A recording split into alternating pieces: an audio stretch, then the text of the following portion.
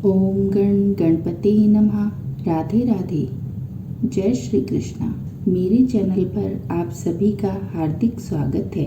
आशा करती हूँ मेरे द्वारा किए गए पाठ आपको पसंद आ रहे होंगे, तो मेरे चैनल को लाइक, सब्सक्राइब और शेयर कीजिए।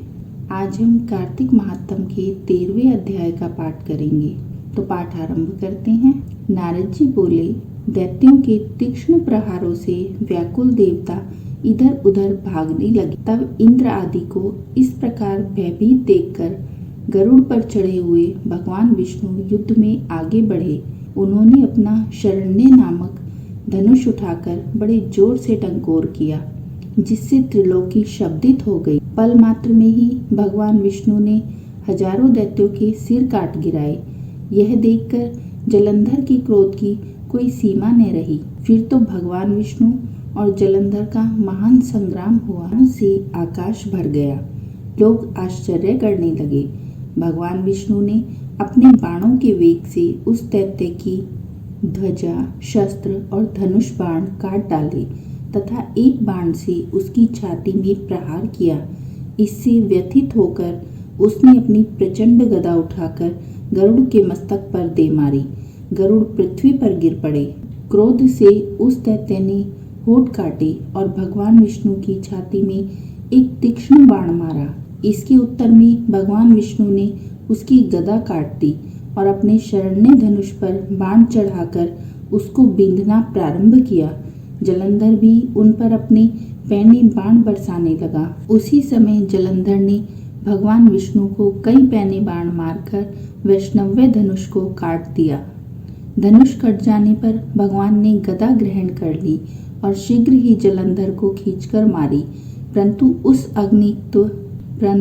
उस अग्निवत अमोघ गदा को गदा की मार से भी वह चलायमान न हुआ और मदोन्मत्त हाथी के समान उसे यानी गदा की मार को फूल की माला समझा। साथ ही उस युद्ध दुर्मद ने अत्यंत ही क्रुद्ध होकर एक अग्निमुख त्रिशूल उठाकर भगवान विष्णु पर छोड़ दिया। भगवान विष्णु ने शिव के चरणों का स्मरण करके नंदक नामक त्रिशूल से उसके त्रिशूल को छेद दिया। जलंधर ने झटक कर भगवान विष्णु की छाती में एक मुष्टिक मारा। उसके उत्तर में भगवान विष्णु ने भी उसकी छाती पर अपनी मुष्टिका का प्रहार किया। फिर दोनों घुटने टेककर बाहों और मुष्टिकों से बाहु युद्ध करने लगे। कितनी ही देर तक भगवान विष्णु उसके साथ युद्ध करते रहे। वह कुछ भी भ्रमित न हुआ, वह कुछ श्रमित से हो गए। तब सर्वश्रेष्ठ मायावी भगवान उस दैत्यराज से मेघवाणी में बोले, हेरण दुर्मम दैत्य श्रेष्ठ तू धन्य है, जो इस महायुद्ध में इतने बड़े बड़े आयुधों से भी भयभीत नहीं हुआ है। तेरे इस युद्ध से मैं बहुत प्रसन्न हूँ।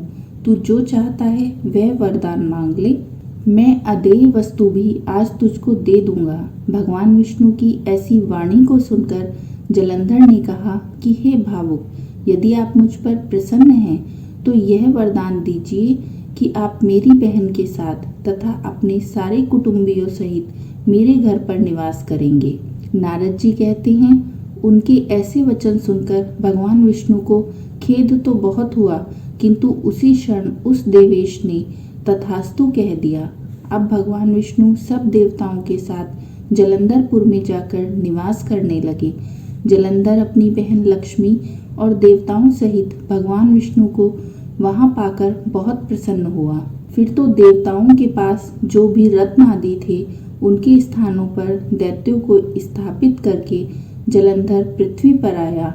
निशुंभ को पाताल में स्थापित कर दिया और देव, दानव, यक्ष, गंधर्व, सर्प, राक्षस, मनुष्य इन सब को अपना वंशवर्ती बनाकर त्रिभुवन पर शासन करने लगा।